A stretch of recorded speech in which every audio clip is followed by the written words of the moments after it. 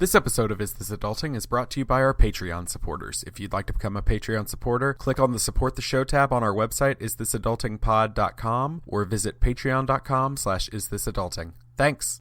Hi, these are your best friends, Jesse and Laura from Macedonia, and you're listening to Is This Adulting?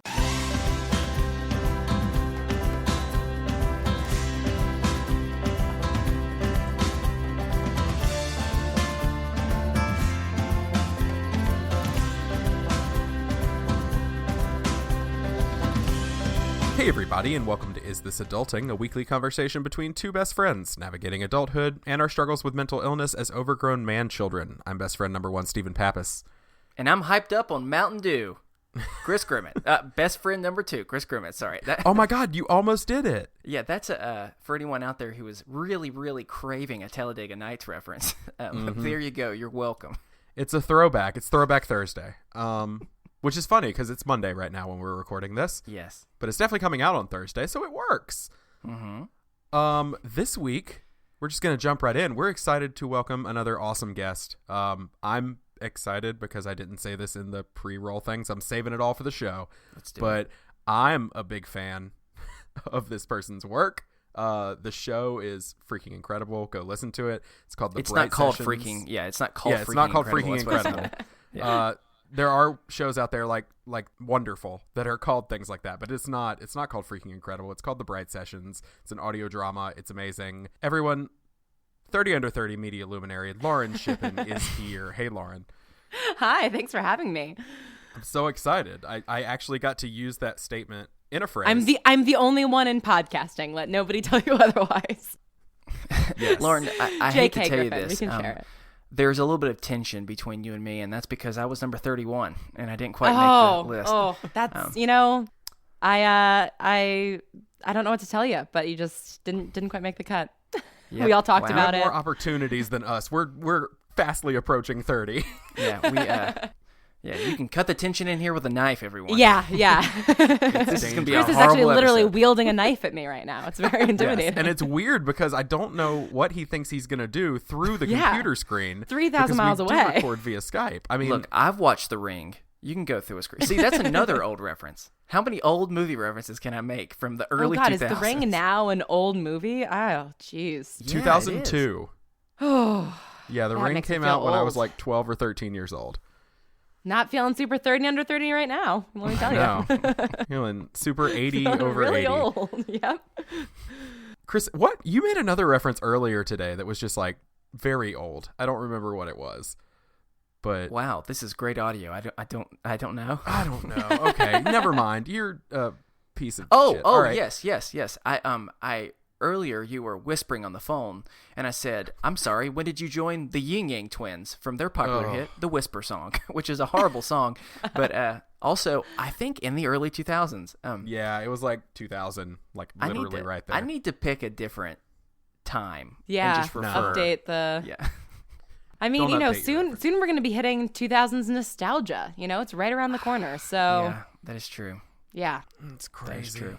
Oof. So, we all get older. Yep. We're all on our way out. Good evening. Everyone have a good Death night. is This has imminent. been Is This Adulting? Hello.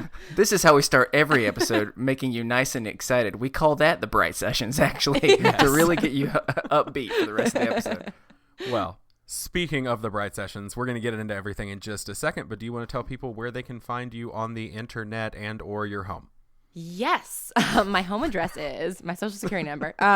You can find me on the internet at Lauren Shippen, Shippen, basically everywhere. I'm the Lauren Shippen at Tumblr. And then the Bright Sessions, just go to brightsessions.com, and all of our social media links are there. Thebrightsessions.com. Let me give you the correct URL. It's thebrightsessions.com. That would be helpful. But Google is also your friend. Yes, Google is how I found it. You have a Tumblr? Wow, that's amazing. Oh, yeah. I don't. We have a Zanga. Well, and speaking of feeling old, I saw a post on Tumblr the other day saying something about how the universal Tumblr experience right now is that everybody wished that they had, not been 5 years old when emo was popular. And I was just like, oh no, like emo was the thing that I was super into as a teenager, and all of you guys were 5 years old. You were all born past 2000, which is just made me feel like I should probably get off that website. But Oh my gosh, Lauren, we're new best friends. Just because I literally am planning. There are rumors of a My Chemical Romance reunion tour, and I'm already planning how I'm going to afford tickets because. Oh my God. Yes. Let me tell you about something that's going to change your life. There is I don't know if it's happening again this year, but there was a cruise. It was a Warped at Sea, and it was Warped Tour on a boat. Oh my God. That is both like, my best dream and my nightmare. And your nightmare, exactly. Oh, do you? Oh, I love water, but cruises are terrible because you're just trapped on a boat. But it was like Less Than Jake starting line. God, there were some great bands, and it was during Halloween. I really wanted to go, but I was at Austin Film Festival this past Halloween, and so I couldn't. But this year, maybe I can work it starting out. line. I This is love the last starting year for line. Warped. Is it? What? Yeah, really? they're shutting it all down. This is the final year. Maybe they'll keep Warped at Sea. I hope so. What an amazing name. I think that's what it's Warped called. at Sea. That's what it should be called if it's not called Yeah, that. it definitely should. Yeah. Oh my gosh. Well, man. we will Anyway. move forward and just I'm gonna have both pleasant dreams and nightmares about that now. About that, yeah. They'll just shoot back and forth over which it is. Yep. But before we get into the mental health check-in, we, as always, want to thank our sponsor, Blueberry, for our new segment, where I'm just going to change it from one of us to Chris pitches me a new podcast that he's been thinking about recently. So it says in my show notes, this week I've got an idea, but I don't. Chris, what's your idea? All right. Well, Lauren, I was inspired by you this weekend to come up with something that I wanted to do an audio drama myself. But I had to ask myself, where do I draw inspiration from? I thought and thought, but, nothing was coming to me. So I sat down trying to, ease my mind a little bit, hopped on the couch, turned the TV on, and there it was. I had gone all this time, and I had not realized that all I needed to do was turn on the popular TV network, NBC, to find my answer. You see, they are known for their dramas. Their dramas about family, parenthood, bringing generations of people together to show the world what love is truly all about. And I decided that I would do a twist on that with one of the most popular genres of dramatic television there is, the medical field. So this is how the story goes, everyone. We enter into the ER department of Houston's largest hospital. There are two sisters. They're competing to see who will become the next major surgeon. That's not probably the right terms, but Is that a reality show? I'm still new to this world, so I don't know tons about the medical space yet. This audio drama is a masterpiece, and it will include family disputes, love interest, medical diagnoses, and of course, a whole bunch of sexy. It's a podcast that I call This is Puss. Why? No. I've told you on other episodes I despise that word. Well, it's like Everybody does. It's a terrible word. But This Is Us is just such a popular show now. I have to do something. It's with great. it. I can't man. with it. That's- I watched Parenthood and it made me cry too much. I sob every episode of This Is Us. Everyone. No, thank you. I'm too emotional as it is. That's fair. I just imagine a very different episode where it's just like every episode at the end of it, they just point and go, yeah, that's Puss right there. Yep, that's definitely what it is. Oh, Sorry, we'll keep God. going. Right. We'll keep going. I apologize, everyone. Chris, it's an interesting idea, but creating a podcast isn't as easy as recording your show and uploading an MP3, right? No, tell me more, Steven. I will tell you more. I will tell you so much more. Tell me more. Tell me more. Don't take my joke. Okay. Like, did too he late. have a car? Too late. Oh, by the way, stopping the ad. Pause ad. What? Today, we went to, our local, taqueria, Katie and I, and we're enjoying our lunch. It's very nice. And they're playing a lot of Latino pop. And so it's just it's all the same, Latino pop, really cool, same style of music, right? Mm-hmm. And then right in the middle, we hear bum, bum, bum, bum, bum, bum, bum, bum, bum, bum. And in English, it is a medley of Grease hits. Amazing. And I lost it at the table and then started singing. Yeah, I'm that's sure. the only way to respond. as much as we love that story. Blueberry, our sponsor, loved it more that we interrupted the ad. The people need to know. The people demand this. Okay, All right. okay. Anyway, well, to get the most out of your show, Chris, you need a lot of help, specifically medical terminology. But I think I do. have you thought about hosting that's fast and reliable so you don't have issues week to week? I haven't thought about the correct medical terms, so I haven't thought about that. Cool. What about accurate download stats so you know what your numbers are? No. Cool. And you're going to need help with a website because at the end of the day, you want to focus your time and effort on more content, right? I mean, what type of content we should be looking for with this show that I'm not going to say the name of? We start off the series walking into a bitter disagreement between the two sisters. Once they were best friends, but now they've turned against each other in the midst of this competitive nature that is the residency experience. We learn about the drama, the tension, and the gossip that has been ensuing. The first episode is called Turn Your Head and Scoff. So gross. For anyone who doesn't understand, a very common thing that men have to go through is the doctor has to grab your no-nos, and you have to turn your head and you have to cough, and they feel them, and it's weird. So that's the joke there for anyone who doesn't understand. Hey, Chris, Yeah, could I borrow you for a second in the middle of this Blueberry ad? sure.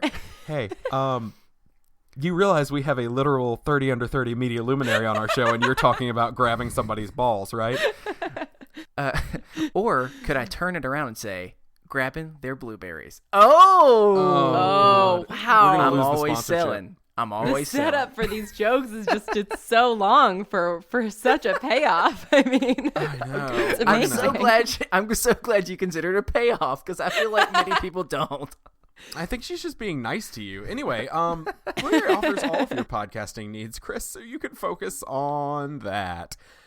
Everything from hosting all the way to having your own WordPress site. Does that sound exactly what you need, as you always say? You know it does, but I've already started, so what do I do? It's all good. Doesn't matter whether you already have a podcast or if you're going to start this god-awful one.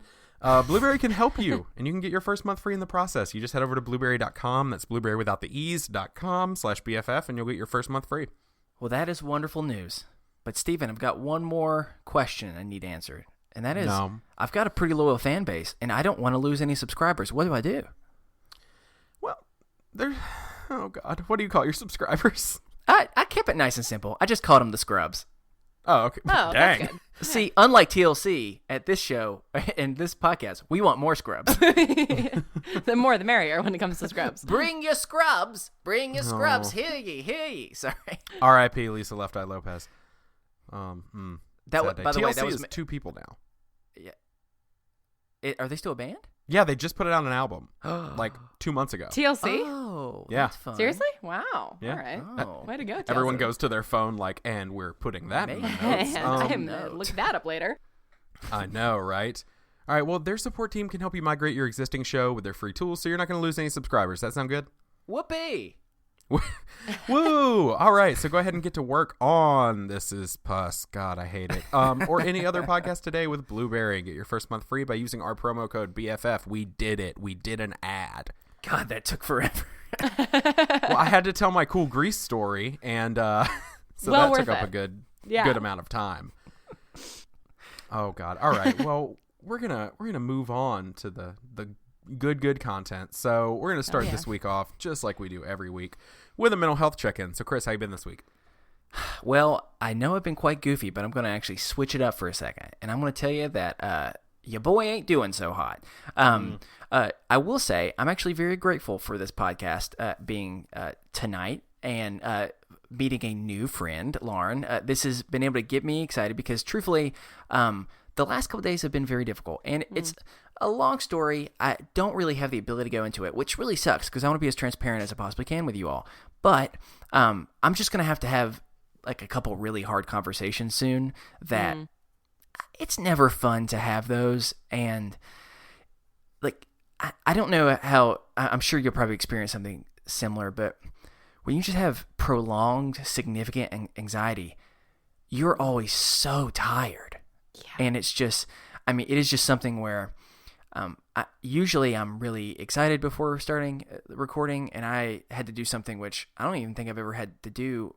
I had to like go and take another like anxiety pill beforehand because I was just so anxious to start. And it's just because I've got some conversations coming up, and honestly, I'd rather just rip the Band-Aid off and have it like now, but it's not going to happen right away. And so because of that, it's just left me struggling. And as listeners who've listened in the past know, I've been really struggling with sleeping lately, something that I hadn't really struggled with for a while, but now it's back. And it's just hard where you're anxious all day, and so you're tired and you just want to fall asleep, and then you get sleep, but you're too anxious to go to sleep, and you're like, all I want is to shut the world off for about 14 hours. Yeah. And so trying to be as transparent as I can, and I'm sure we'll probably talk about this a little bit later, but just it's especially hard when this is podcasting, and podcasting is trying to entertain people. And sometimes it's just really hard to entertain when you're on that edge of just trying to make it with, I would rather go in the corner and cry for about 20 minutes. And instead, you got to say, I got to go and make a puss pun with, that maybe I could have used a different phrase than that. But hey, blamed anxiety.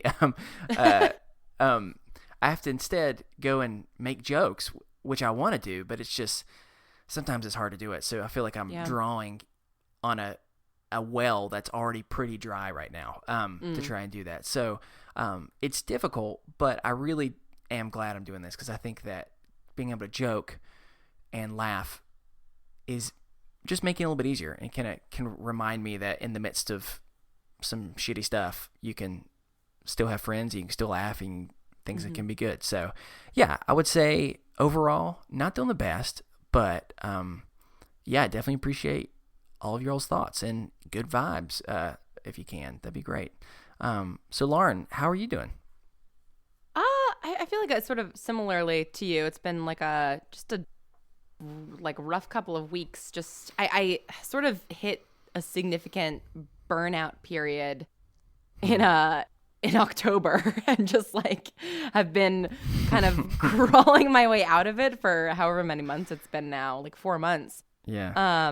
And then like I just got slammed with a cold a couple weeks ago, and it just is not, it's just like lingering, and so my energy's super down. And so I like my ability to sort of do the things that help when I get low, like exercise or cook for myself. I just don't really have like the toolkit for that. And I think like on a similar note to what you were saying about like, it's hard to be funny when you're that anxious. Like when I'm really anxious or like kind of like feeling depressed, it's really hard to write emotionally resonant stuff, which is my whole job. Oh, gosh. And it's like, and sometimes, the mental health struggles that I'm having will help me kind of like, I can draw on them to sort of fill in what the characters are experiencing. And certainly the character I play in my podcast, who I write for, is based on sort of my experience with anxiety in a lot of ways. But then other times it's just sort of like, oh no, I cannot be emotionally vulnerable with these characters right now, because there's just nothing left to give, because I'm so burnt out and I'm so run down. So yeah, I also hoping for good vibes and stuff. But it's the past couple days, I like had some good conversations with some friends, and sort of like took the time to sort of take care of myself a little bit. And I think that I'm sort of like looking at, it's Monday and it's reset on the week, and it's a new month. I can kind of start anew. And so I feel like I have a little bit more momentum behind me today, which is good. Great. Yeah. I'm glad to hear that. And I will be thinking of you as well. Maybe we can Thank you. Likewise. crawl out of this hole together. Yes. So that would be great. Yeah. Steven, how you been, man? Well, first off, based on what you said, I want you to know that the name of my autobiography is Prolonged Significant Anxiety. Just if I write one. Yeah. It's going to be that. No, I'm actually good this week. Weird. You're usually the one that's good, and I'm the one that's over here like all negative, and not that you were negative, but you know what I mean. Yeah. No, I've been good. It's just been a long week. It's one of those like, I finally hopefully for a while have gotten to a point where my last meds adjustment, which, by the way, Chris Osborne from the Play Comics podcast sent us an audio drop that I will use next time I have a meds adjustment, because he sent us like an audio drop for that. Ooh. Amazing. So I'm going to use that next time I have one, so be prepared. But I should have one sometime soon. Really? Yeah. Ooh, exciting. Well, I mean, not exciting for you because that sucks, but Yeah, but it's worth it in some ways Right. to hear this awesome drop. yeah. And I don't know. I've reached a point where the anxiety is like sort of evening itself out. That's And because for that first week, I mean, last week I was a mess. Last week, I mean, sorry. yeah, no, it's true. I think I cried on the episode. I mean, yeah, it was a rough week last week. And so I've kind of reached a point after a couple to 3 weeks on this meds regiment that I think it's evened out. I have no like weird symptoms from coming off the benzos right now. So those have all passed. The only thing is my brain's adjusting to the new meds. So I'm a little like everything's surreal kind of in some ways, but it's passing, if that makes sense. But I'm just trying to get over that hump and I should be good. I hung out. My wife is a theater teacher, for those of you that don't know, and I hung out at her school helping with their musical this weekend. And so I saw The Sound of Music 4 times. And Oh man. that was The hills both are really definitely good. alive. Let's just say the that. hills are very alive. Too alive. But it was good. It went really well, and that was good for my overall mental state for the week. And the only thing that was bad about it is I was talking to people and teachers and administrators and kids all weekend. And my wife took today off to rest after 4 months of doing the musical, and this is typically my like I'm at home and I don't do work for one day, and so that's gonna have to be tomorrow. So I'm a little like tapped out socially. Yeah. So like all day today I was dreading. I was like, I have to record. I'm like, but I'm excited to record with Lauren, but I have to record, but I'm gonna meet. And so like now I'm like, cool, I'm happy, I'm good now that I'm here, but just a little socially tapped out for the week. So I have a question for you there real fast. yeah, what's up? How often are you singing "Doe a deer, a female deer"? Every freaking minute, man. I've been Oh singing god, now that. it's in my head. I've been singing You're that, welcome, The everyone. Lonely Goat Herd, for anyone who really wants to get Oh, deep yeah. into it. And one of the ones that's not in the movie called No Way to Stop It. That's what it's called. It's like the villain song about the Third Reich, and it's weird, but it's really catchy. Oh, okay. So yes, it was a little weird to have that one stuck in my head, but whatever.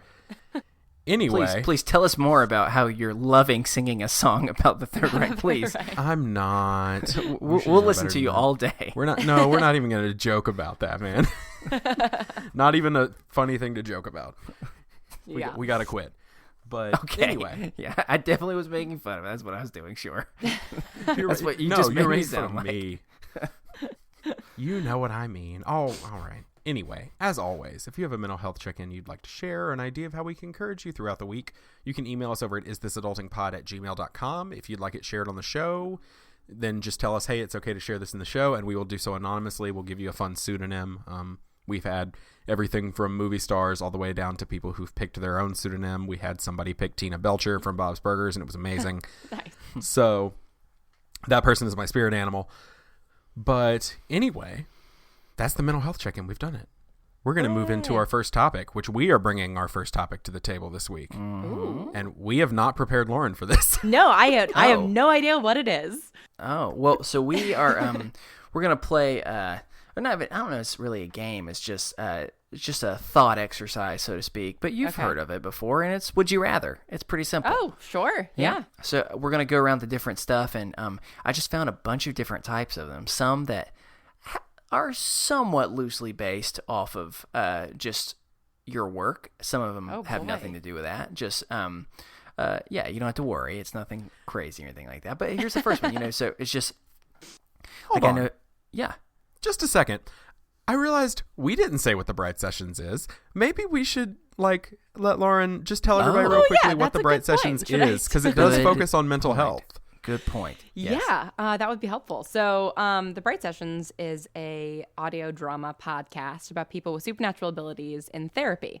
So everything from mind reading to empathy to involuntary time travel. And it deals a lot with kind of the struggles of having something that's different from your average person and not being able to necessarily talk about it, freely with other people, and kind of there's relationship drama, there's a little bit of conspiracy and evil scientist stuff. But it's just about people just trying to live each day, basically.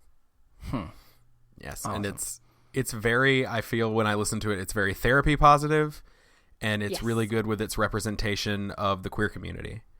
Thank you. Yeah. Yeah. And even though Dr. Bright, our therapist in question, is not always the most ethical therapist in the world because No. it is science fiction and there is conspiracy stuff. Yeah, it is always, I'm always trying to show that talking to somebody about your feelings is a good thing.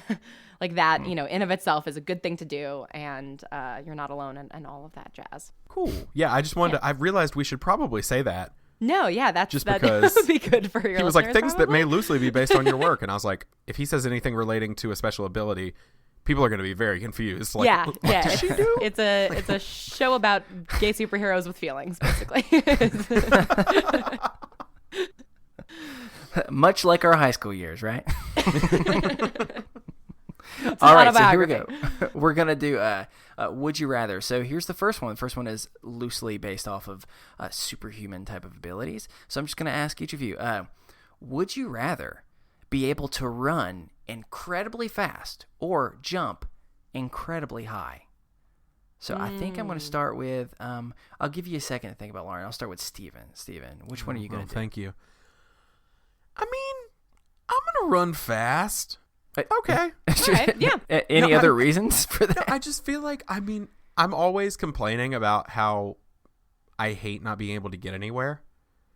And so if I'm basing this, here comes my nerd. If I'm basing this off of like The Flash, like type ideas. Okay, so one, his metabolism is hella fast, so he gets to eat all the crap he wants, and his cardio is really good, and he's super skinny. So looking for that.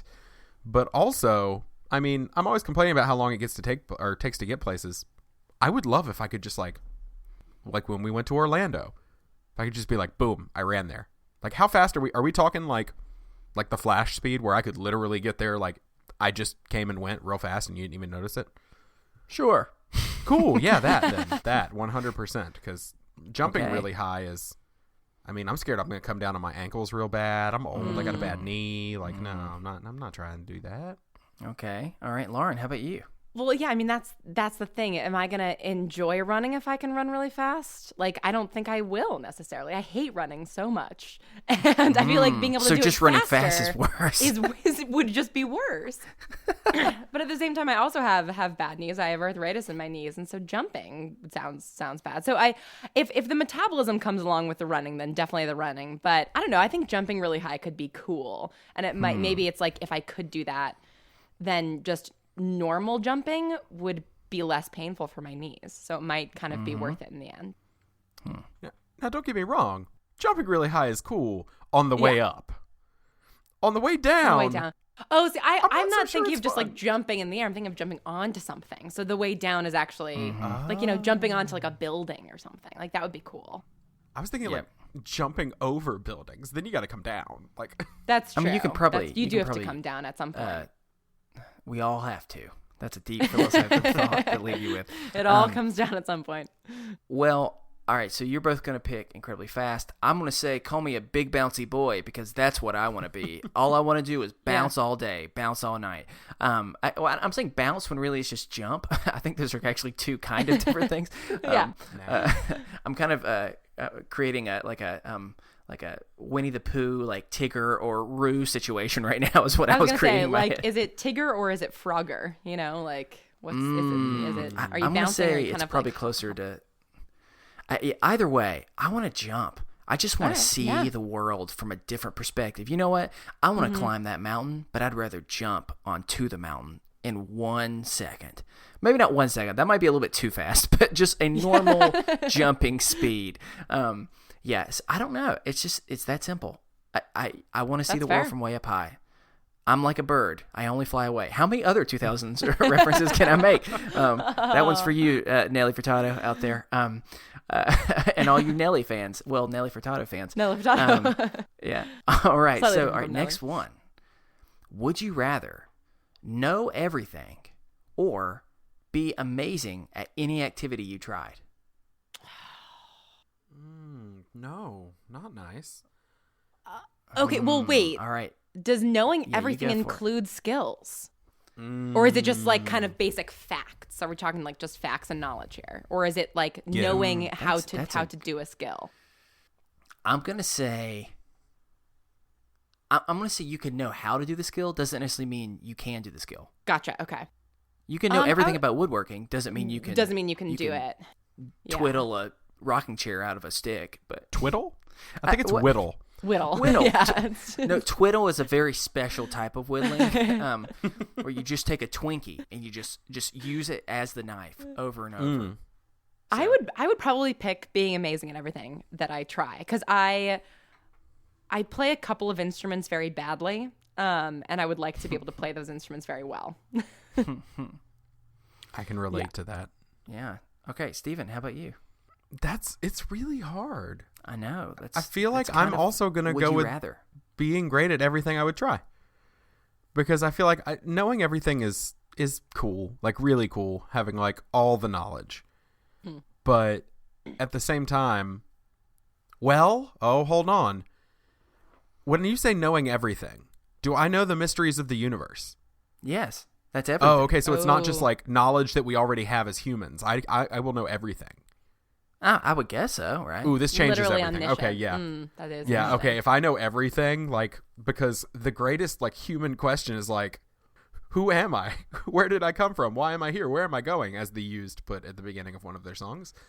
But Emo days. what if the burden of knowing everything like makes you, just lose it? Like what if you just like completely crumple under the burden of the knowledge of the universe?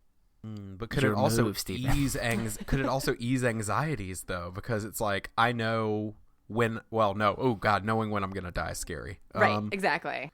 You would know when everyone's gonna die. You would know. All I wouldn't want to know that. So Whereas much anxiety. being amazing at everything, am I going to all of a sudden become amazing at talking to people without being anxious about it? Like, is that something that, like I will become amazing at? That sounds great. Maybe that will cure my anxiety. Yeah, that's a good point. Steven, you got to pick one. No, well, okay. You've talked me off of the ledge. Sorry, with that I've one. thrown a wrench in your No, it's okay. You've made some very good points. I'm gonna go back because my theory didn't hold water. I'm gonna go back and say that I would rather be able to jump. Really? No, I would rather be good at everything because that'd be nice. I also play instruments very poorly, so that would be nice.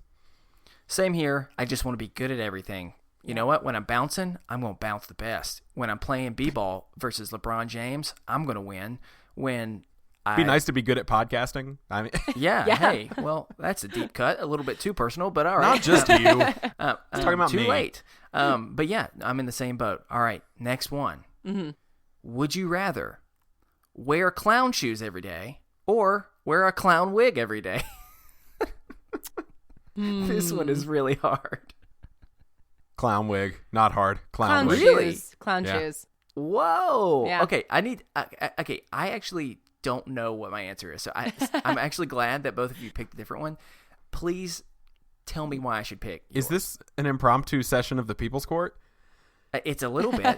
It's Okay. me. I just honestly don't know. All right. So for me, my thought is this.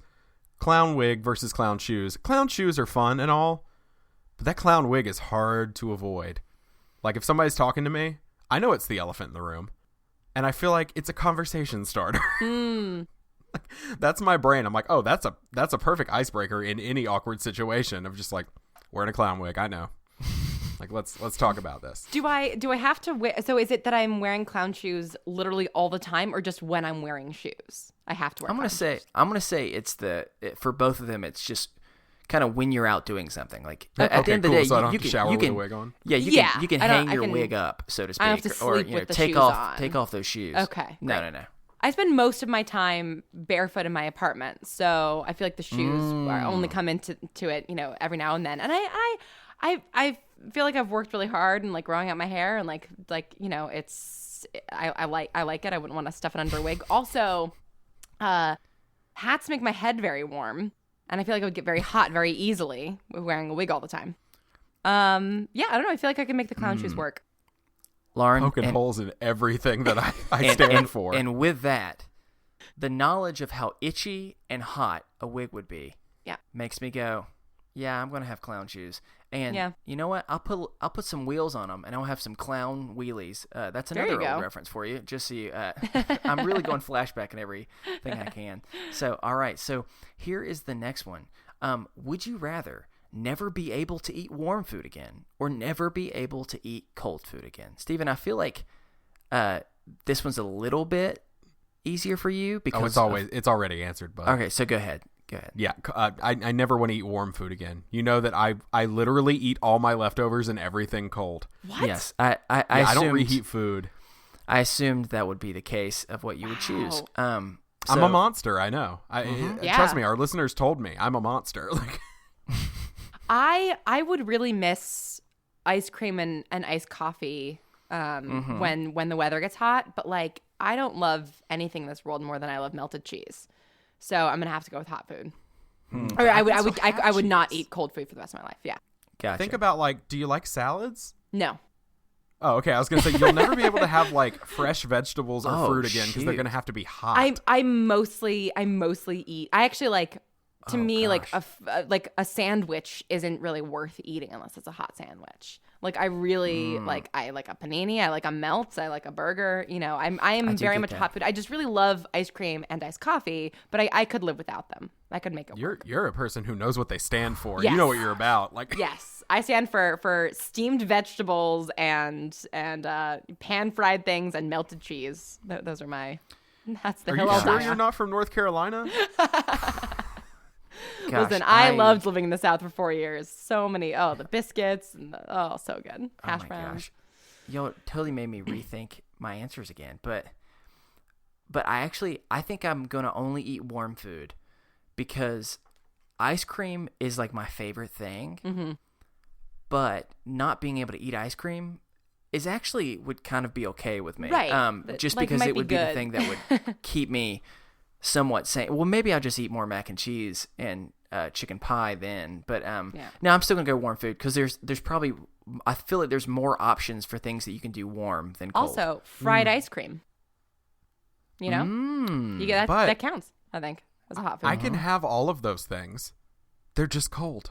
But I can still have ice cream. You can't have warm ice cream. Really, it's gonna be soggy and melty. Ooh, and here's the real question: can you have cooked meat? I don't know if you can. Oh, just I the assumed full when raw I'm food eating diet? things, it's yeah. I thought it wasn't like always cold things. It was like in my head, I'm like, oh, if something is, I can't eat it when it's hot. But I don't know. I think stick you it in can the eat fridge. cooked meat. I think you can eat All right, cold yeah. cooked meat. Only I think raw that's meat for you here. I mean, I'll just eat sushi all the time. Well, I can't afford that. Who am I kidding? All right. Let's see here. The next one. Would you rather have telepathy or telekinesis? Telekinesis, easy. Mm-hmm. All right. You want to explain? I mean, telepathy would be a nightmare. Yeah, I don't want to know what people are thinking. So much of my anxiety is already wondering what people are thinking. I feel like knowing it would be worse. Also, I'm lazy, so. Everything she just said, literally. Yeah. I was going to use the first argument, then she said it, and then I was going to use the second argument of like, even right now, I'm like. I mean, I read a whole need that character charger, but it's across about the room. how telepathy is terrible. Yes. So. I mean, it seems horrible. In fact, your character has made me rethink telepathy completely. Yeah. For me, the reason why I'm also going to go with telekinesis is the amount of fun little pranks you could do are endless. You know what I'm saying? Just Yep. like, Steven, if we were still in college and I had the ability of telekinesis, you'd just be sitting like in your room and I would have something like sneak past the door and just slap you right in the face. And then I would laugh really, really hard because I could do it. Like that, like the amount of, I mean, that's not even so much of a prank as it is just a mild form of violence. But maybe instead I would prank you by putting a whoopee cushion under your seat. There we go. That's that's not Has a great anyone prank. used a whoopee cushion since 1928? I don't think so. Hey, I am here to make old school references. All right. That's a real really old old school. school reference. Not Yeah. all of them have to be from 2000. Thank you very much. There was time before that, Steven. Goodness. All right. Next one on the list. Would you rather have a completely automated home or a self-driving car? Automated home. Mm-hmm. Yep. Yeah. Reasons? We're on the same page for most of these things. Yeah. Well, I got a Google Home for Christmas. And I have to say, it's been nice to, I got some like little smart plug things. And now I tell Google, like, turn off the lights and turn on the lights and do that sort of stuff. And it would just be, I work from home. I spend most of my time in my home. And I know that living in LA, my answer should be self-driving car. But like, I don't know. I like driving. I listen to podcasts. I sing to stuff. I talk on the phone. I feel like a self-driving car wouldn't improve my life that much other than like when I want to go out. But then that's what Lyft is for. So, Yeah. I'm going the opposite, man. Here's my reasoning. There have been so many times where I've just been so I like how just so everyone knows, Steven all of a sudden was proving his point of automated home by turning all of his lights off just while sitting there. I could do whatever I want right now. I'm king of my castle. Like, why not? The ability to just sit in the car and like pull out the laptop or iPad and watch a movie and not have to worry about stuff is amazing to me. Like sometimes it's like, oh, I just wish I could hang out a little bit longer, but I have to go because I'm going to be on the road for 8 hours. Like, how much nice would road trips be if you didn't have to think about anything? You just were able to watch movies and lay back. That's I have just trust that's just issues. flying somewhere. Like the whole point of a road trip is to like be driving, and then be talking to the person you're with and to be like pulling over to see stuff. That's I very hate nice. Flying. Is Because that I'm not in control. Right. And so that's why I wouldn't want to ride in the car, because then I'm not in control of my own like fate. And that freaks me out. Like, that's why I will fly when I need to, but I don't like prefer it to driving. See, for me, the purpose of a road trip is because I'm too poor to be able to pay for plane tickets consistently. That is also a reason. So that's real. why it's like, how can I make this experience much better? And then I don't have to sit beside this crying baby or this person who clearly didn't wear deodorant earlier. That's true. Like that's the combination of things that why I got to go with the self-driving car. I respect that. Yeah, and I have an Alexa.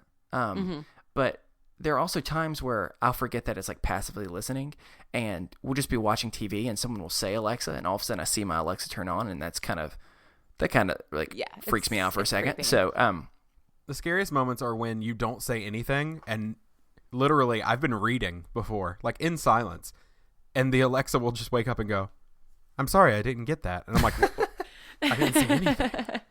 talk to me, please, Steven. Steven, you've been away. I am I Oh, how you. I've missed you.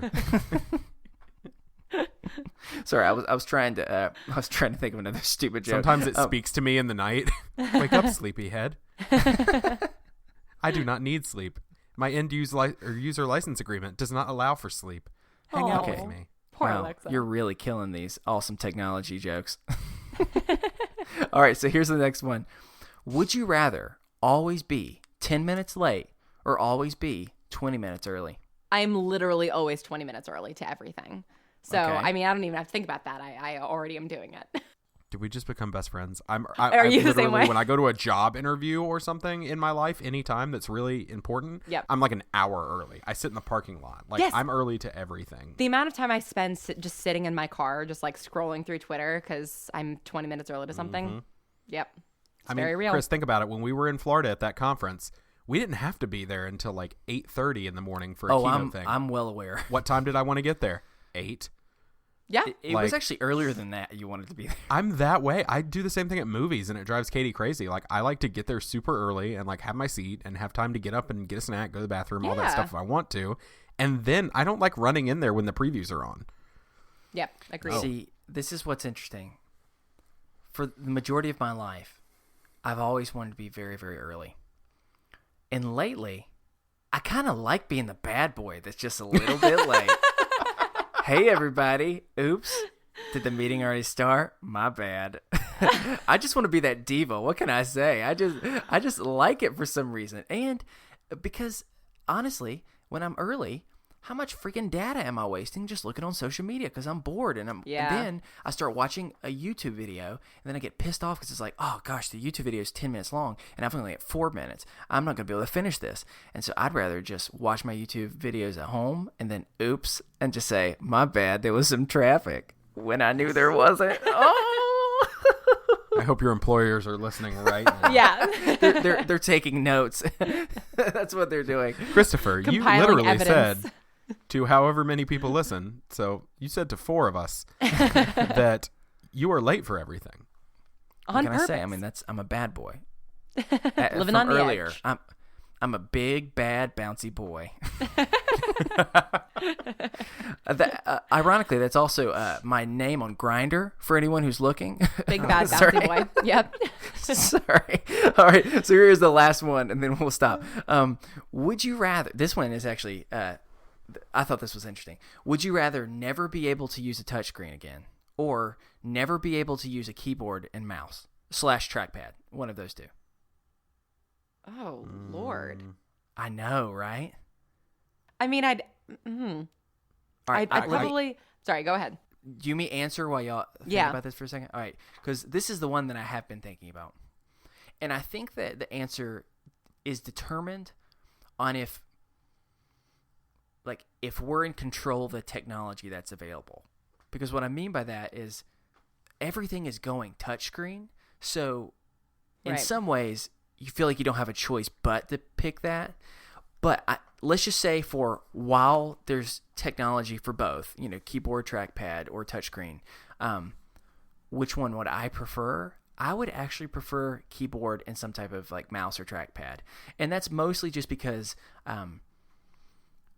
touchscreen is great and it's continuing to improve, but sometimes you just feel like at the end of the day you're pecking at a glass wall, and it can be frustrating, or autocorrect is sometimes the worst, and it's just, and because of, especially if you're doing any type of graphics or something and you have the ability to get really more specific with a mouse or a trackpad or something, that's why I just can't go full touchscreen yet, y'all, as much as I want to. I'm love with the you. keyboards.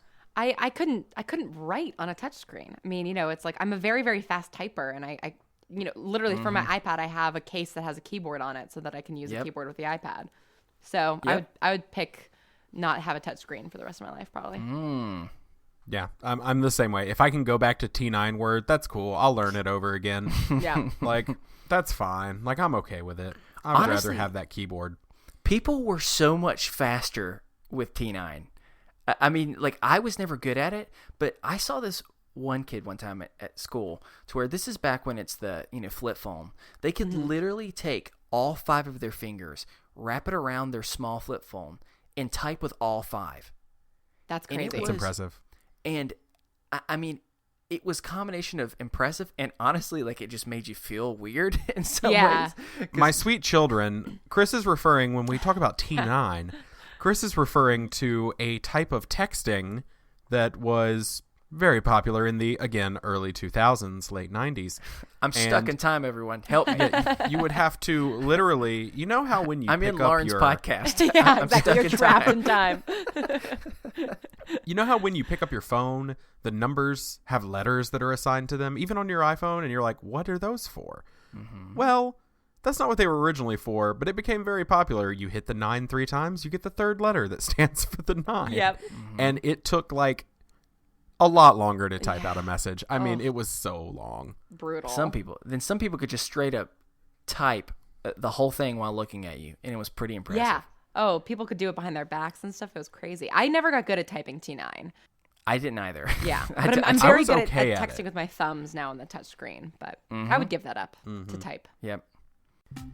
Hey everybody, best friend number 1, Stephen Pappas here, breaking in with your weekly podcast recommendation. This week I'm recommending Good Christian Fun. Now, I know some of you are going, wait, what? Huh? I thought you steer away from religion and politics on this show. And we do, but they don't, and in the funniest way possible. So Good Christian Fun is a comedy podcast delving into the strange, upside-down world of Christian pop culture. Hosts Kevin and Caroline are your tour guides through the weird and hilarious world of faith-based entertainment. Good Christian Fun is a show for skeptics and believers alike. All are welcome, but don't worry, they won't make you go to church. This show has been just a light in my life. It has made me laugh harder than I think I've ever laughed. And it's just funny. I mean, think about all those terrible movies that you see commercials for, or the silly TV shows, and they break them down, and it's a lot of fun. So regardless of where you land on religion, definitely check this show out. It's hilarious. All right, back to the show. Great. Well, I'm glad that we played this game. It's an easy way to get to know a little bit more about you, and for you to know a little bit more about me, because I think you're going to need it for this next game. Lauren, actually, inspired by you, I invented a new game. Oh boy. Get ready. So, we all love a good book, right? Or we enjoy just reading, writing, that type of stuff. What's a book? However, some people would rather write them than read them. This game, I have gone searching through the deep, dark crevices of the internet to find some of the weirdest book titles that have literally ever been written. I'm going to give you two options, and you have to determine which book is real and which one did I invent in my head. Amazing. And Lauren, it may be harder than you think. I can't wait. To honor this game, we are going to have to channel our inner librarians, okay? Mm-hmm. And what I mean by that is the way that you buzz in is your best imitation of a cranky elderly librarian saying, "Shh, quiet!" That was apparently that's mine. And if you do not use that buzzer, you will not be called, and you'll get a late fee. I guess that's how it works. Yeah, seems I fair. call this game Shelf Awareness. I mean, what else would you call it? Yeah. I know. And so, are you both ready? Yes. All right. Well, I know that you think you're ready, but I have to hear your buzzer first to make sure that I understand gotcha. what it sounds like. So, Stephen, let our guest go after you, so you can kind of inspire her with yours. Your best elderly librarian saying, "Shh, quiet." I will say, I'm at a disadvantage here. She is technically a voice actress, so what am I doing? Oh, God, now the pressure's on. Yeah, she's a voice actress, so... You have made elderly voices before, though, because we're weird, and that's what we did in college sometimes. Oh, do you want... Ooh, can I do it as Marguerite Lubwitz? That's what I was thinking. Oh, my God, yes. Do it. Shush, quiet. Yeah, that's a great one. That's a great one. There's real, like, pain in that voice, and I like it. Yeah. You don't know what that woman has seen, but She's you know it's been through dark. it. Yeah. It's been dark. She spent way too much time in that one part of the library where everyone else is afraid to go. Yeah, exactly. The dark cobweb corner. Yeah. My favorite thing to do in that voice is still say, "Long time listener, first time caller." Yeah, like exactly. Yeah. All right, so that was yours. You do not have to come up with a name the way that he's given up a name. But Lauren, let me hear your best elderly librarian. Oh, boy. Okay. Shh, quiet. It's terrifying. Hold on. Listeners, you couldn't see her eyes. I commit fully. Yeah, I don't know how to explain this. I felt like for a moment Gollum inhabited this place. There is a scene in Lord of the Rings where Bilbo sees the ring for the first time after it's been off of him for years, and he turns into a goblin very quickly and goes, and it's the scariest face I've ever seen. I just did that face. Until now. You did it, and it's so impressive. Yeah. Well, those are both very different interpretations. I'm excited about both of them, and please remember, I will not call on you if you do not do that. So, Great. Let me explain how this will do it. I will read the title and then just a quick little sentence or two description of each one for you to kind of decide which one's real. And then once I've read them both, I'll say, and go. And then whoever buzzes in first gets the chance.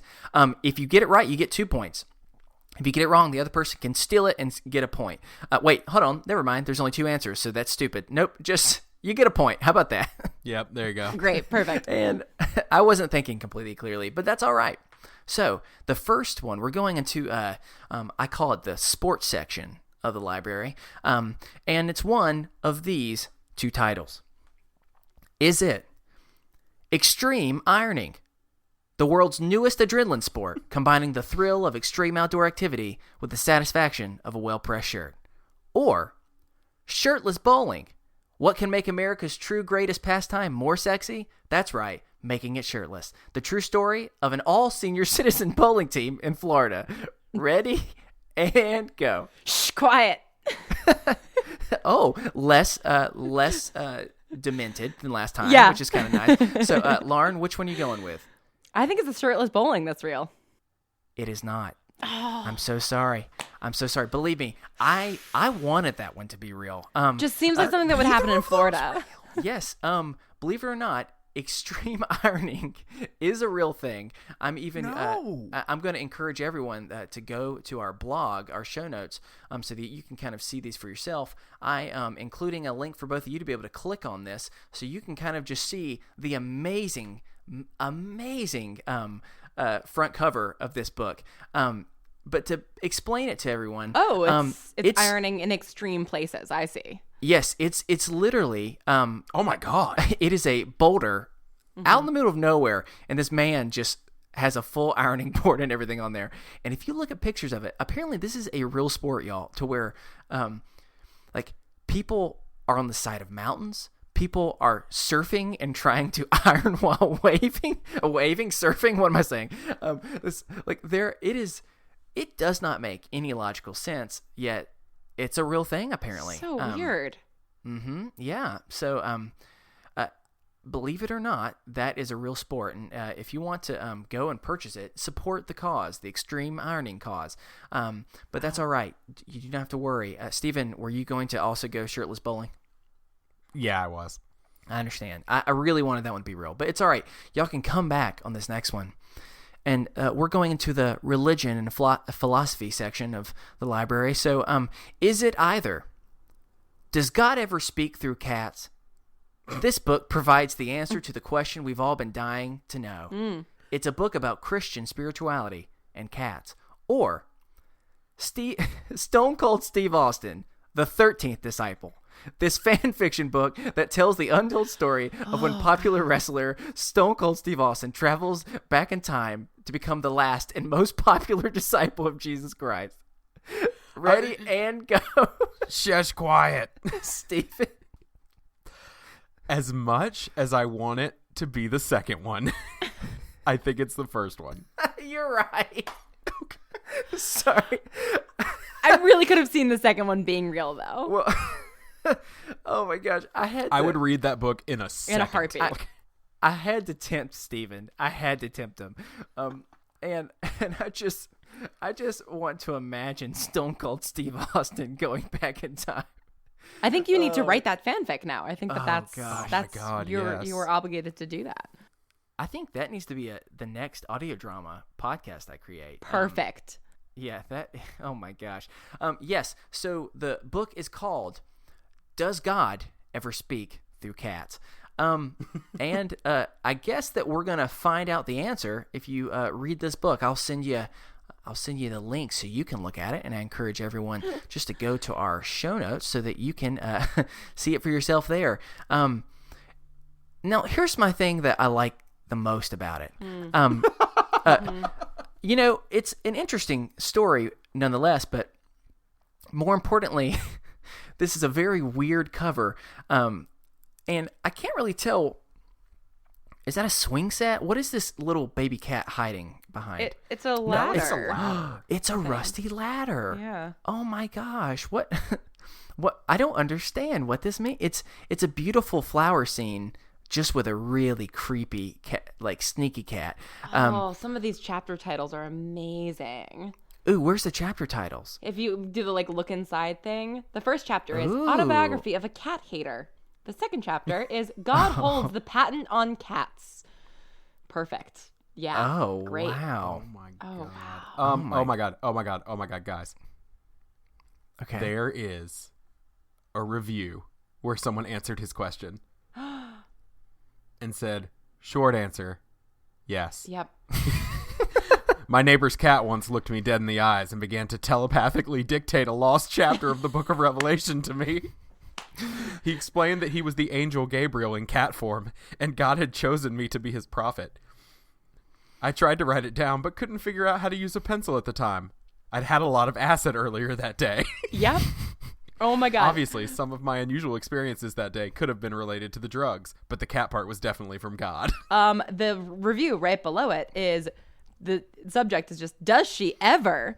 God spoke to me through my cat once, told me she was an atheist. God, not the cat. Cat is Hasidic. Just so God is an atheist somehow. And a Hasidic cat told this person this. I love this.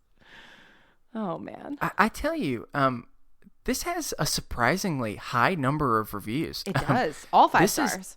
This is really loved. So maybe there's more to it. So I encourage everyone to go and support this at some point. But we have to keep going, y'all, because we have more books to get through into the Chris Grimmett Library. Are you ready for the next one?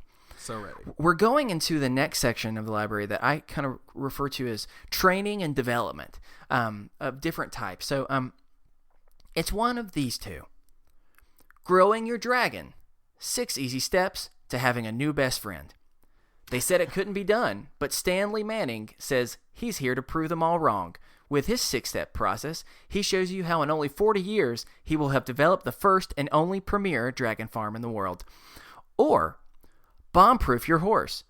Teach your horse to be confident, obedient, and safe, no matter what you encounter. Every horse from the pampered show hunter to the family pet is faced at one time or another with an object or situation that is terrifying or just downright confusing. With this systematic approach, Sergeant Rick Pelicano from the Maryland National Capital Park Police, that's a lot to say, shares his method on how to be proactive rather than reactive when training your horse with difficult situations. Which one is it? Shh, quiet. Gollum's slowly coming back. Gollum coming back. It's very unpredictable with the cold, what's going to come out of his throat. I think the prepare your horse for bombs is the real one. You are correct. Yes. So I knew it because you couldn't come up with the last name Pelicano on your own. I know. So here's a fun fact about this. So I was really excited and I laughed hard when I looked at it, and then I told my wife. My wife, her family has had experience with horses in the past, and apparently bomb-proof is a very common phrase used for horse training, which does not make sense to me, because the whole idea is like teaching them how, I mean, I guess to even in a situation of a bomb to not freak out. But one, that's stupid. That ain't happening. Yeah. No. Anybody is going to jump when a bomb happens. Second of all, you can't bomb-proof a horse because if a bomb gets too close, that horse is going to be dead. I don't know how to explain it any other way. So I definitely Googled bomb-proof, and the first thing that came up was horse. Told you. Apparently this is a thing. I wonder if that was a thing from like back in the days when horses were used in warfare a lot. Maybe. You know, like a World War I thing, because so many horses were used. Maybe. Whatever the case is, it I was surprised, but it's a very common thing. So congratulations. It's now 1-1. So the game is tied, and we're going into the next part of the library. And this is not a real section in the library. I'm just going to refer to it as double meanings. And you'll understand quickly what I mean. Is it still stripping after 25 years? Eleanor Burns and Quilt in a Day invite you to celebrate our silver anniversary with still stripping after 25 years. She reminisces over her journey over strip quilting. Yes, that's what it says. Or is it 2? Chameleon. How the comma changed the grammatical world for the rest of time. And go. Quiet. Damn it. Yeah. It's got to be the strip thing, right? It has to be. Okay. I was like, it can't not be that. Sorry. But I'm so sad that comma chameleon isn't real. Oh my god. I know it's so obvious, but I had to do it. Oh my All right. God. Yes. This one is. I didn't know that strip quilting was a thing, but apparently it is. And Now, let when me you just say tell you- strip quilting, is it what it sounds like? No. Quilting with strips of no, fabric? Oh, okay. It's a type of, I'm going to send you that so you can kind of look at who Eleanor Burns is. She's just living her greatest life, surrounded by amazing. nothing but quilts. Respect to her. But hey, let's look at how many reviews she has, and she's got a perfect 5-star. So anyone out there that's saying, Eleanor, that's a stupid title, she's flipping them off right now saying, I'm making bank with my hardcover for $23.95. Bam. Hold on. Wow.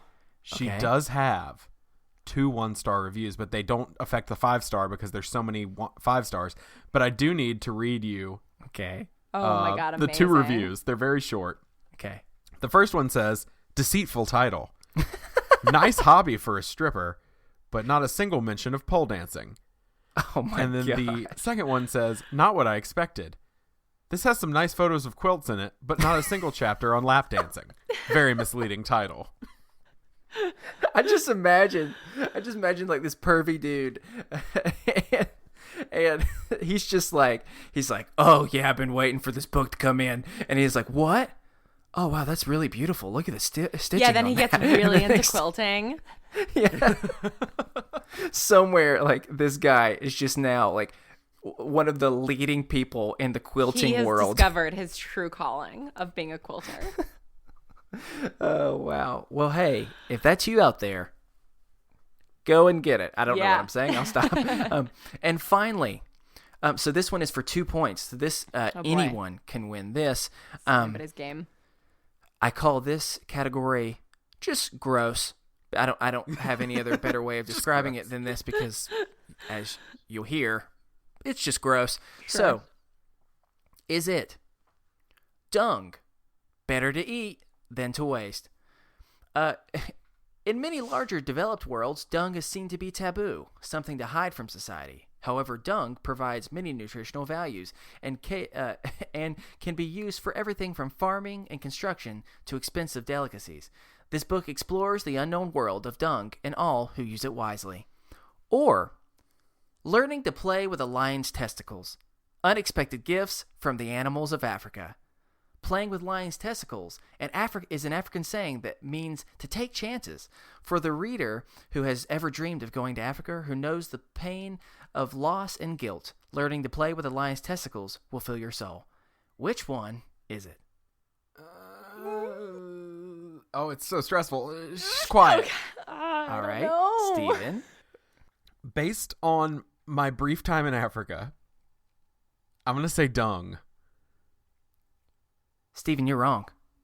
Oh, no. And I was with gonna that, say- because I'm just changing the rules for the last one, Lauren, you win. Congratulations. Yes. I actually was going to pick the lion testicles one because I have Good. heard a lot of like African idioms that are very odd like that. So that sounds like something that could be real, like odd once they're translated, you know?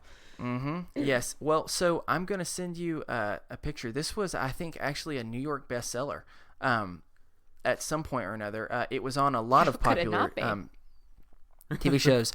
And yes, it 100% says, learning to play with a lion's testicles.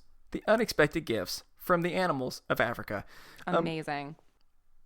It seems to actually be quite of a popular book, and it's pretty cheap, which is nice. It's like It was on $7. Ellen. Yep, it was on Ellen. It was on Jimmy Oh, Fallon. It was on a wow. bunch of different things. Yeah. So, y'all, Cool. I don't know what else to say except for I guess go and watch it. Play I with think a I have lion the read it. perfect way to testicles. round this out. What'd you say?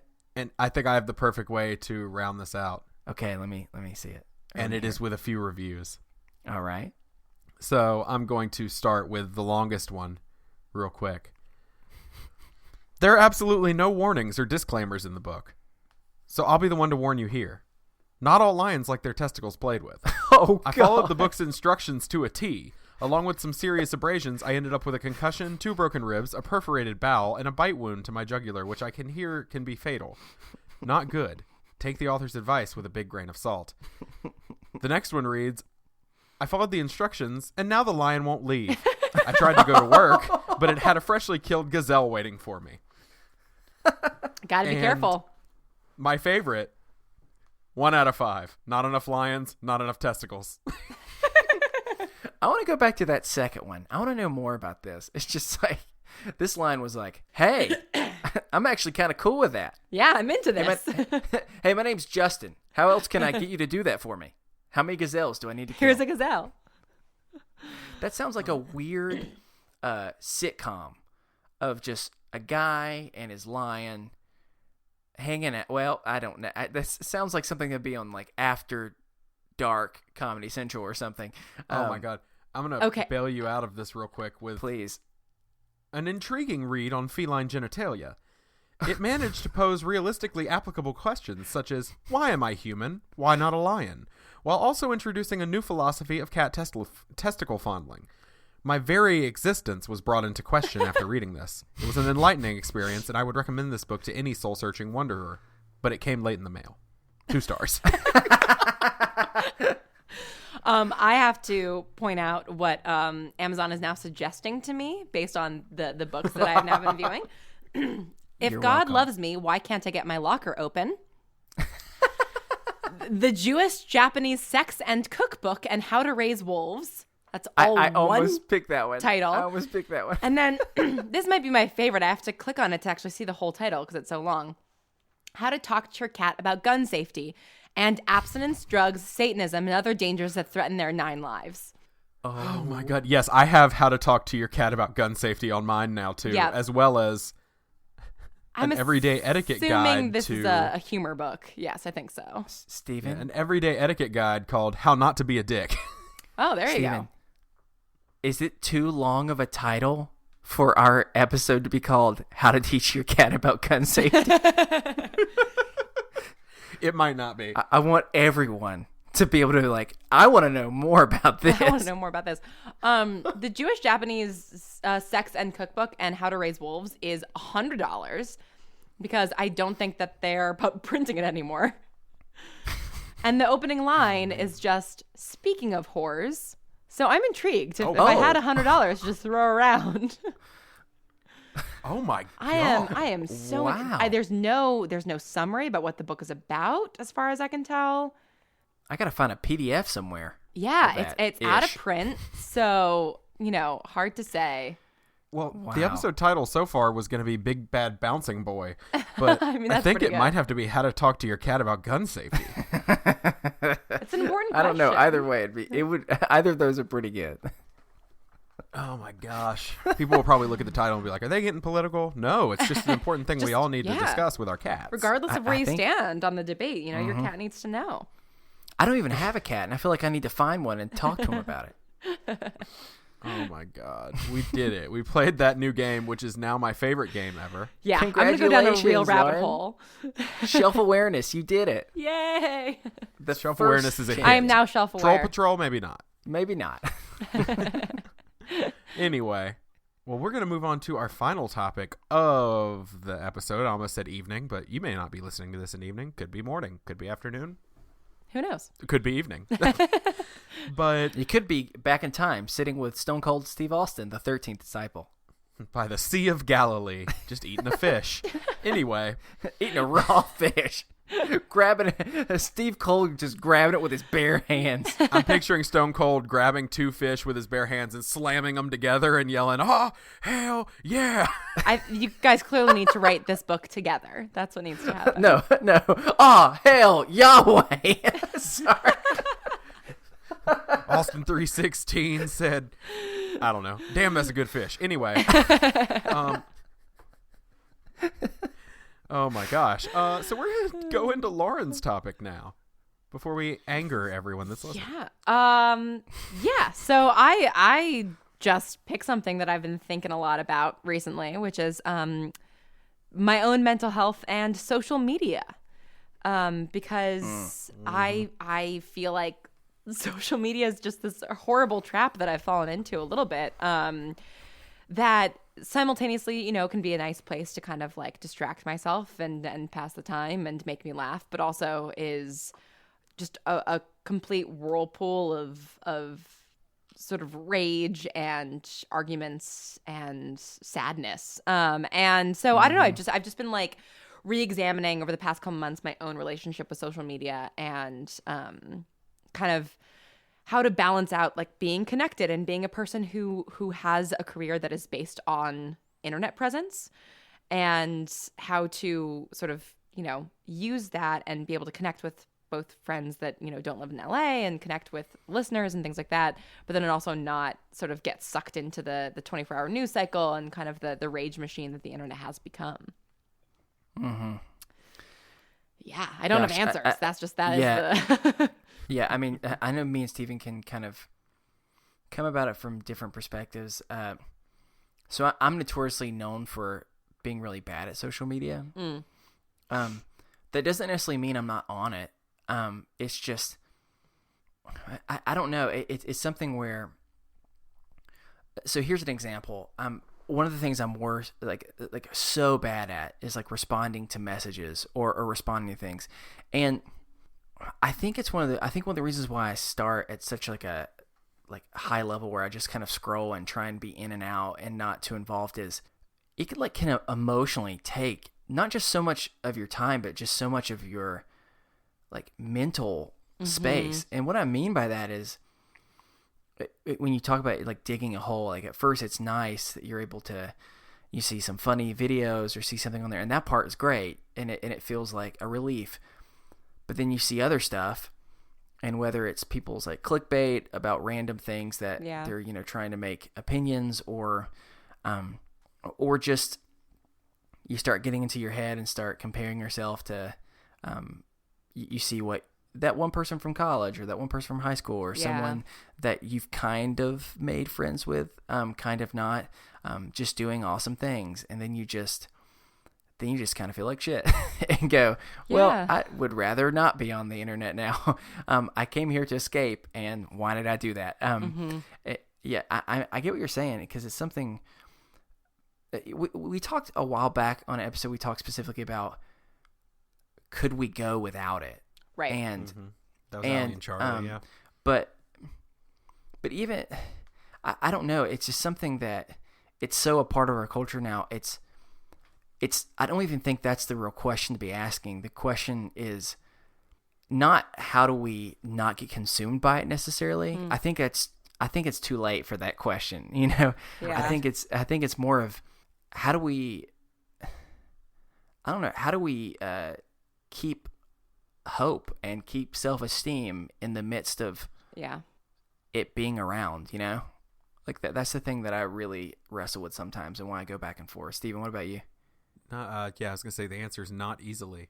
Yeah.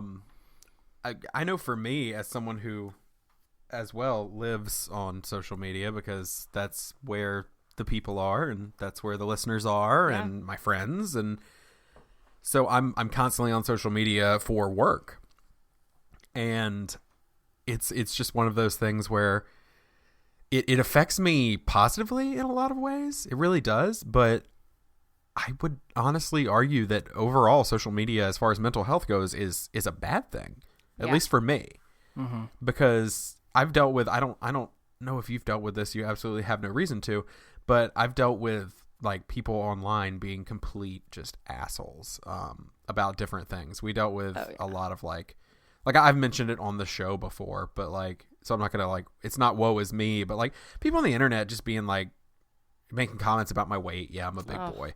Or telling me to drink bleach, or like things like that. And it's just like, they don't like my voice. And it's just one of those things where it's like, overall, as a person with heightened anxiety, like that kind of tears it down and makes it just like, oh, well, because like you mentioned earlier, a lot of my anxiety comes from what are people thinking of me?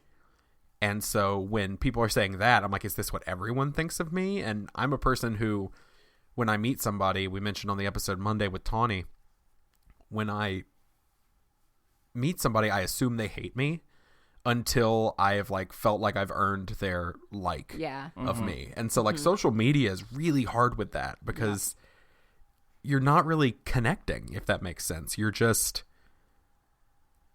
I mean, how often do you scroll through social media and there's people who you haven't talked to in 10 years and they're on there saying something, and we've talked about this before too, it's making you look at their life and go, oh man, I wish I had that. Yeah. And it can really affect you in a lot of ways.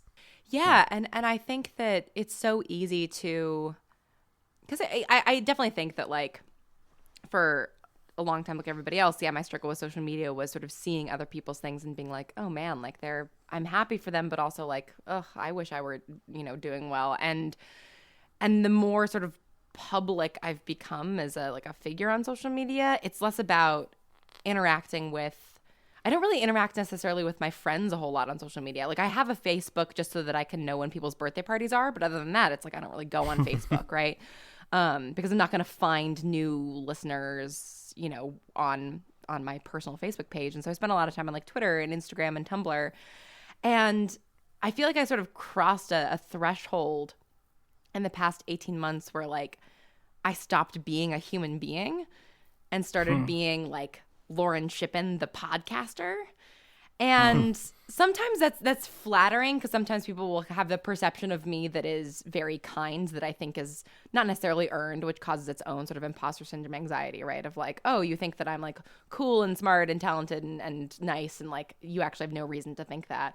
But also on the flip side, like I don't think that people always realize that like people see what you put online. Like I search my own name on Twitter. I search the show's name, and it's like I see everything that everybody posts online about me. And like, yeah, it does hurt my feelings when people are mean to me or about me. And it's weird because I don't know. I feel like at a certain point I sort of, the person that exists on Twitter and Instagram and Tumblr is almost like a character that I'm playing. And that's created like a little bit of, I think, cognitive dissonance, especially when now meeting new people that then become my friends, where it's like I kind of forget like, oh, you met me at this podcasting event, or I met you through podcasting, and so you know me as this person. And what's going to happen when you find out who I really am, and like, because you're sort of, you have this perception of who I am based off of my social media presence. So like, yeah, it's tricky to balance.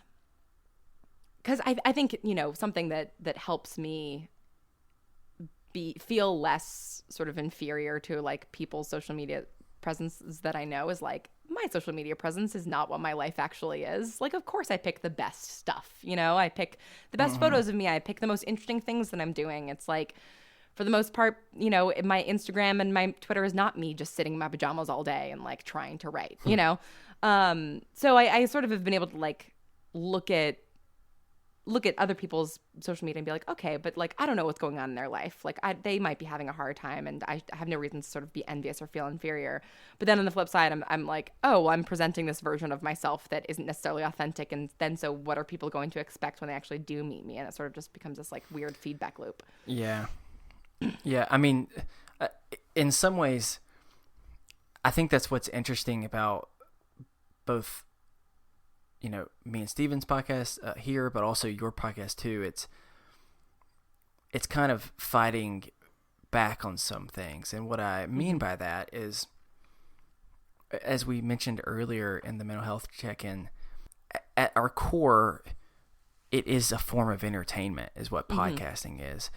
And social media presence is something where you don't really have a choice. You have to present your brand.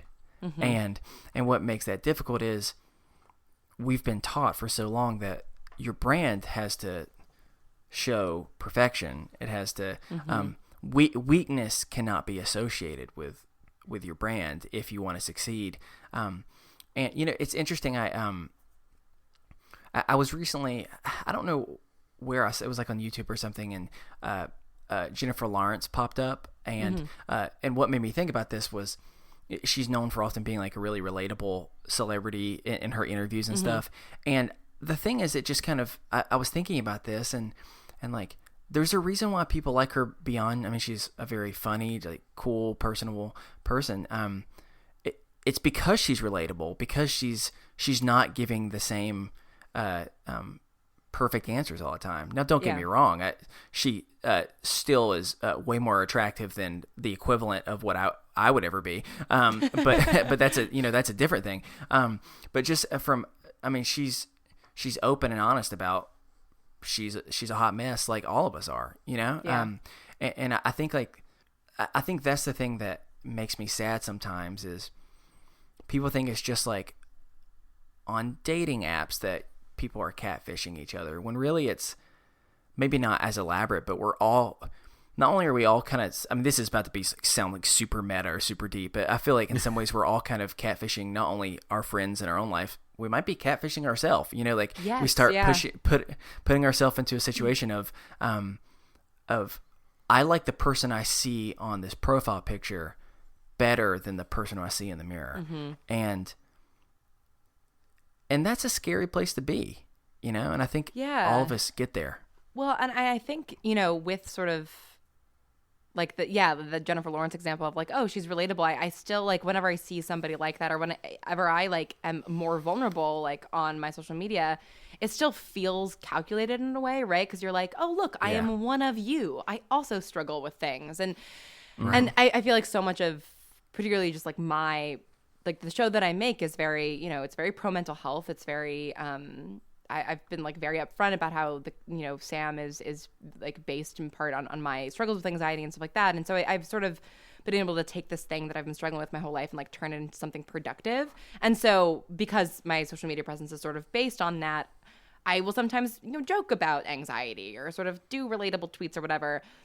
But then there are times when like, I don't know. I think that in of itself has sort of become like a culture online, right? Of like, look, like I also like, adulting is hard and like things are hard and like, isn't it funny how we're all struggling through that?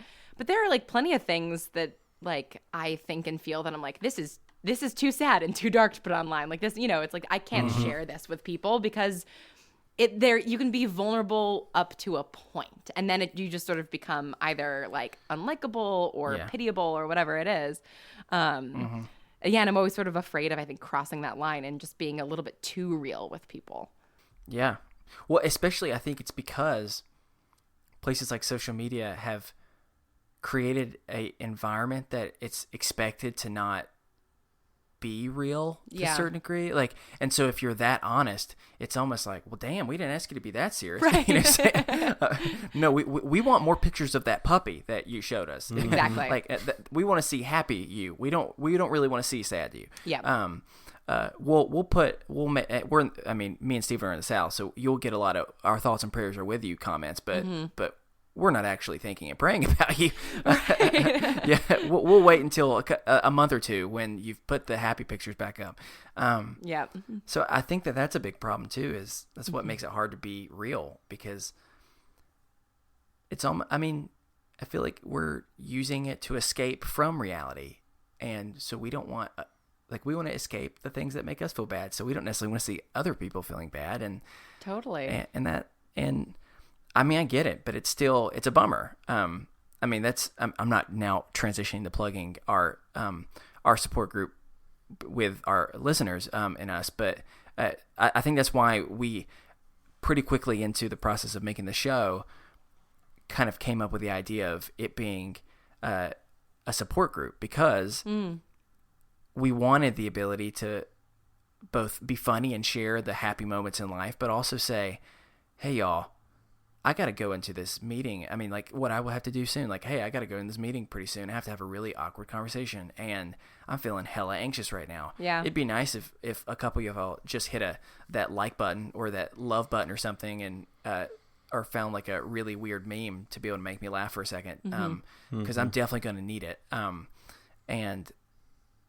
But yeah, it is still, it's something where social media is such a gift and such a curse at the same time. Completely. Do you guys get a lot of messages from listeners kind of like sharing their own stories about mental health and things like that? We do. Yeah. Yep. We talked about that a few episodes ago. It's always powerful to hear like what people have to say. Yeah. Especially, we always remind people, we're not professionals, but right. It's helped me connect with people in my life that I didn't know had struggles that have shared with me. Oh, that's awesome. It has, and just listeners in general.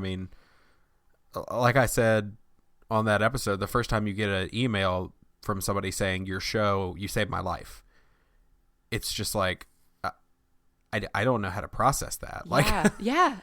Like, it's incredible to hear people's stories, and that's kind of why we started the monthly episodes that we're doing now, where we interview podcasters and soon to be listeners just about their story and let people tell it once a month, first Monday.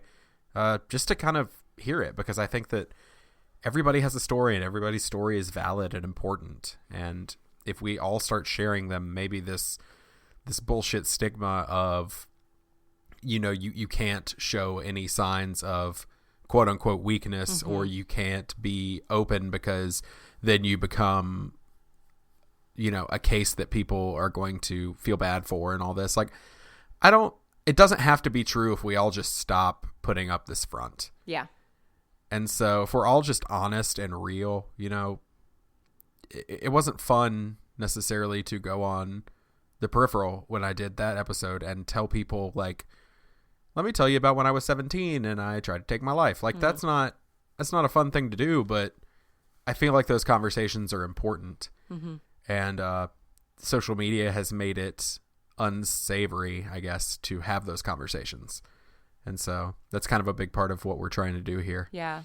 And I think you're totally right that it's like, once you sort of come forward and sort of share your own story, people around you start to feel brave enough to do that as well. And they sort of feel like they have that safe space. And I think what's hard about social media is that you never know if it's going to be a safe space or not, unless it's like a private group or something like that, because there might be some people who come in and tell you, that you're crazy, or that you like should drink bleach, or should do whatever, or that, you're worthless. And that's something that, like, and those people who are usually on the other end of those comments are usually also hurting. And it's like, they don't have the safe space in their lives that they feel like they can, talk about this kind of stuff. And it's just, social media is, not a good place for subtlety or nuance, or, kind of having genuine connection.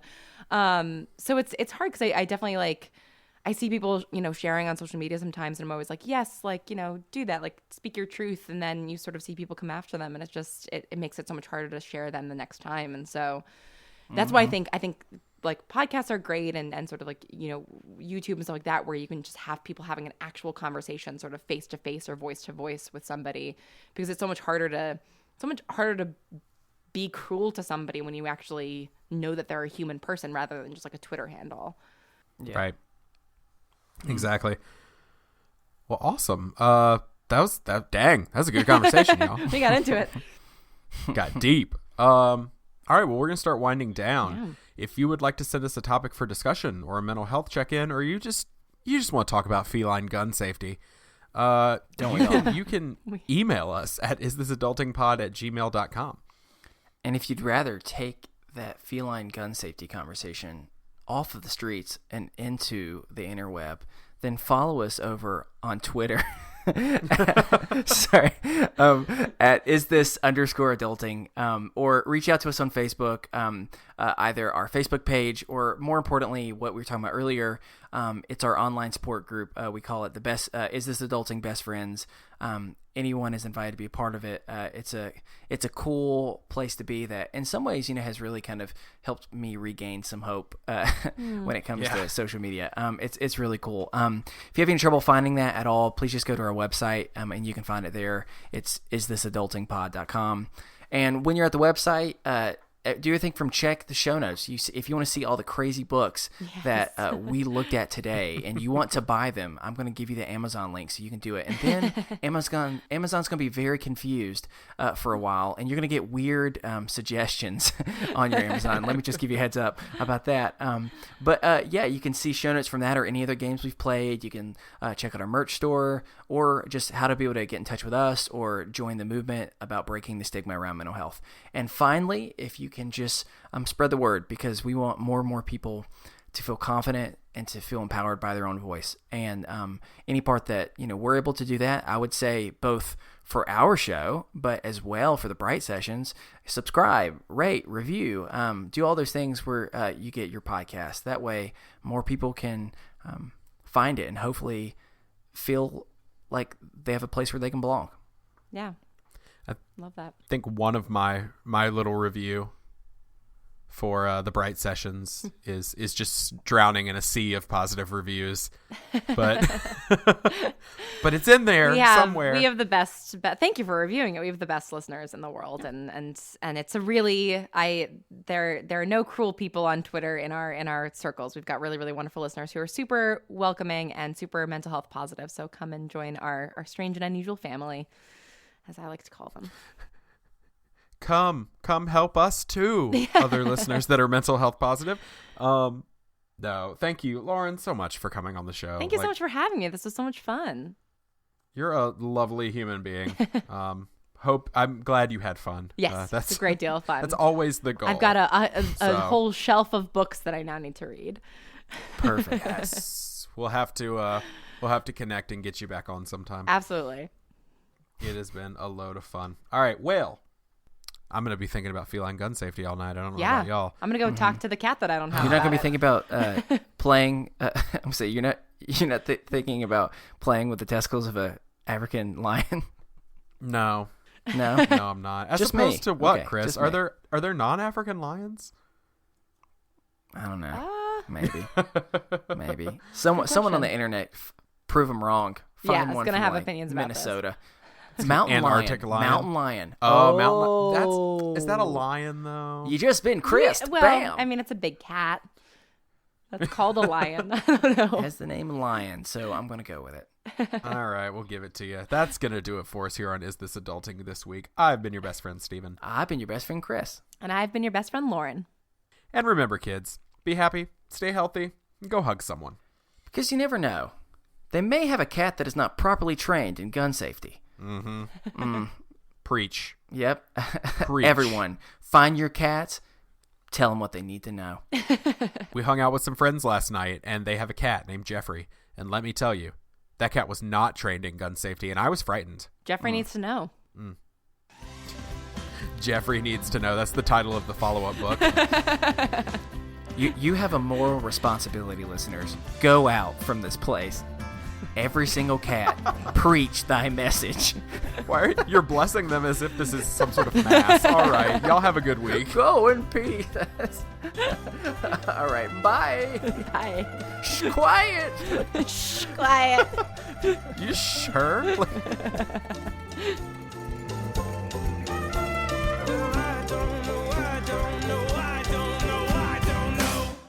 Is This Adulting is part of the Orbital Jigsaw Podcast Network. You can find our show, as well as others, at orbitaljigsaw.com. You can also find all of our merch at orbitaljigsaw.com/store. We are almost entirely listener-supported, so if you like what you hear, please consider clicking the Support the Show tab on our website, isthisadultingpod.com. We have tons of cool rewards, exclusive content, coloring sheets, Mad Libs, you name it, and much more that you'll receive in return for your support on Patreon. Thanks for all you do, and we'll see you next week.